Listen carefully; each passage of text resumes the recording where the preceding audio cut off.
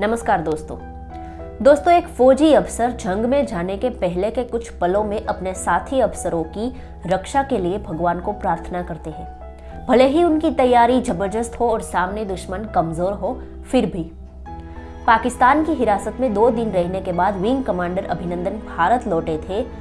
पाकिस्तान के कब्जे में होने के बावजूद भी उन्होंने अपना अद्भुत साहस दिखाया था। तब भारत में उनकी खूब वाहवाही हुई थी। ठीक ऐसी ही वाहवाही सेकंड लेफ्टिनेंट अरुण खेत्रपाल को मिली थी। इतना ही नहीं, पाकिस्तान के ब्रिगेडियर भी उनके साहस की दाद दिए बिना रह न सके, जिस ब्रिगेडियर के सामने अरुण खेत्रपाल ने जंग लड़ी थी। सन 1971 में भारत और पाकिस्तान के बीच में युद्ध हुआ था, जिसमें बांग्लादेश ने पाकिस्तान से अलग होकर स्वतंत्र राष्ट्र के रूप में जन्म लिया था। इस घटना ने न सिर्फ भारत के इतिहास में बल्कि पूरी दुनिया के इतिहास में एक अहम जगह पाई है। उस युद्ध में पाकिस्तान हार गया था। इतना ही नहीं, पाकिस्तान का एक राज्य पूर्वी पाकिस्तान एक अलग स्वतंत्र राष्ट्र बना, जो आज बांग्लादेश के रूप में जाना जाता है। इस युद्ध में भारत के कई जवानों ने अपने प्राणों की आहुति दी थी, जिसमें सेकंड लेफ्टिनेंट अरुण खेत्रपाल भी शामिल है। अरुण खेत्रपाल का जन्म 14 अक्टूबर 1950 को हुआ था। वो पढ़ाई के साथ साथ खेल कूद में भी माहिर थे। वो अपने स्कूल में बहुत ही अच्छे क्रिकेट के खिलाड़ी थे। उनके परिवार में फौजी परंपरा चली आ रही थी। अरुण खेत्रपाल के परदादा सिख सेना में कार्यरत थे और 1848 में उन्होंने ब्रिटिश सेना के खिलाफ लड़ाई लड़ी थी। अरुण के दादा भी पहले विश्व युद्ध में शामिल थे। अरुण के पिता भी एक ब्रिगेडियर थे, तो स्वाभाविक है कि अरुण भी इस परंपरा को आगे बढ़ाए और इस दिशा में अपने पूर्वजों से भी आगे बढ़े।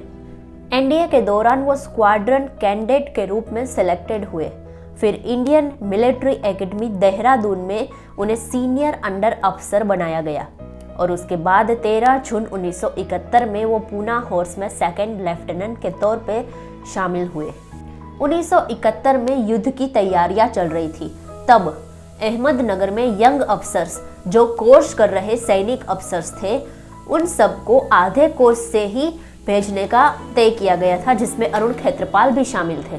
अरुण जब मोर्चे पर पहुंचे तब युद्ध में उनके साथ एक सूबेदार को भी रखा गया था, ताकि अरुण हर वक्त उनकी सलाह ले सके, क्योंकि अरुण के पास ज्यादा एक्सपीरियंस नहीं था। लेकिन 1 घंटे के अंदर ही उस सूबेदार को सर पे गोली लगी और वो शहीद हो गए। 16 दिसंबर को भारतीय सेना अपनी भीमकाई टैंकों के साथ एक लाइन में आगे बढ़ रही थी।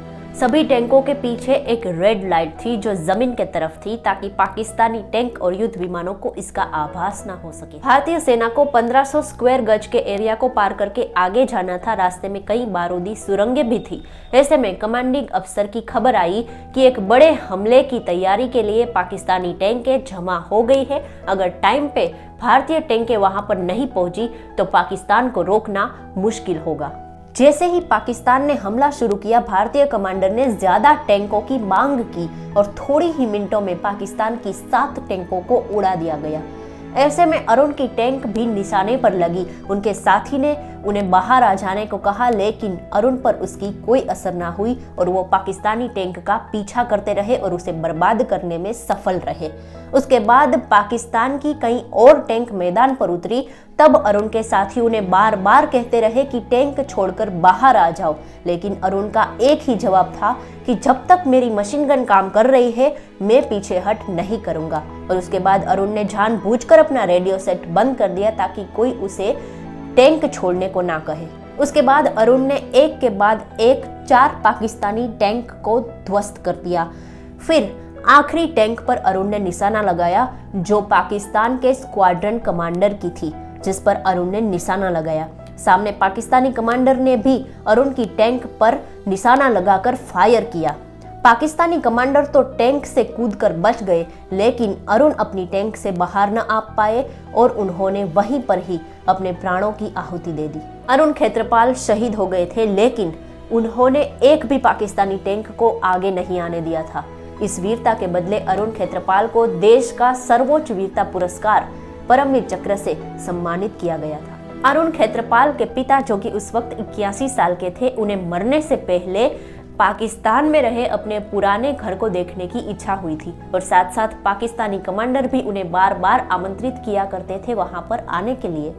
तो एक बार ब्रिगेडियर क्षेत्रपाल ने उनके आमंत्रण को स्वीकार किया और लाहौर पहुंचे और उस पाकिस्तानी कमांडर से मिले। पाकिस्तानी कमांडर ने ब्रिगेडियर से कहा कि सर, मैं कई सालों से एक बात कहना चाह रहा हूं, लेकिन मेरी हिम्मत नहीं हो रही है। आज आपकी मेहमानगति करने का मौका मिला है तो हिम्मत भी मैंने इकट्ठी कर ली है। मेरे ही हाथों, मेरे ही वजह से आपके पुत्र शहीद हुए हैं। ये सुनकर ब्रिगेडियर क्षेत्रपाल ने इतना ही कहा कि आप अपनी ड्यूटी कर रहे थे और अरुण अपनी। दोस्तों, ये जवाब सिर्फ एक फौजी पिता का ही हो सकता है। ऐसे वीर जवान और उनके पिता को कोटि कोटि सलाम है। अरुण क्षेत्रपाल की बहादुरी का प्रमाण यही है कि पाकिस्तानी कमांडर भी उनके साहस की दाद देते हैं। तो दोस्तों, ऐसे ही वीरों की कहानी के साथ फिर मिलेंगे। जय हिंद, जय भारत।